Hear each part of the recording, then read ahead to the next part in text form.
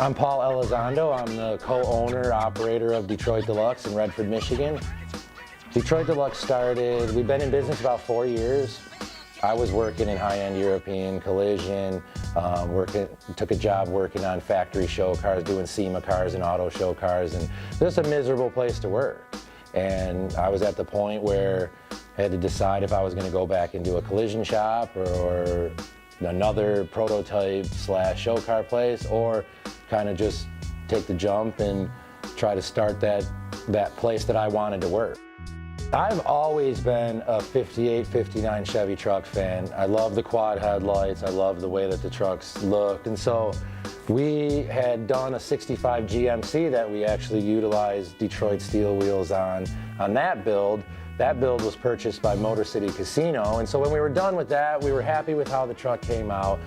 It was a pretty basic build. I mean, static drop, fairly stock paint and appearance, but it was all restored and done nice, and we did the 20-inch Detroit steel smoothies on it. And the truck people loved it. It looked cool. We were happy with it. So we decided that we would look for another truck project, and Jim, just kind of searching on the internet, came across this 58 that was out west. And it was, like I said, I'm a huge fan of 58 and 59, so I was like, yeah, it looks awesome. So when we got it, it was already kind of, someone had started messing with it. Someone had already done the front clip that's on it to the independent suspension.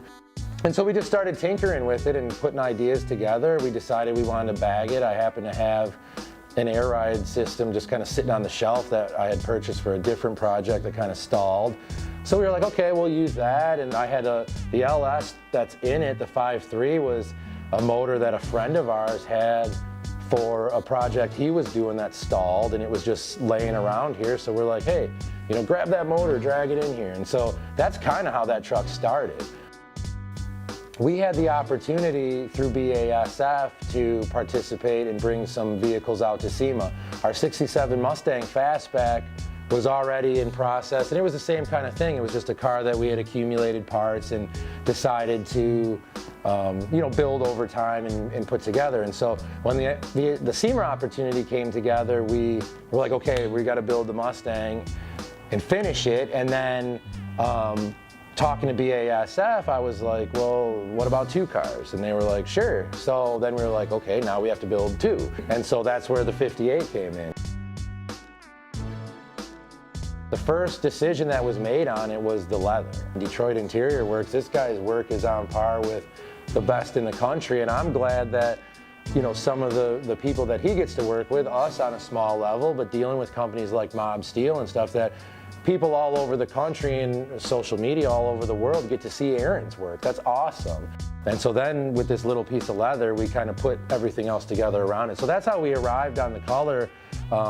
It's a variation basically of Ford's Kodiak Brown. We tweaked the pearls in it a little bit just to make it a little more vibrant, but all of those decisions, the accent color, that all came from the leather.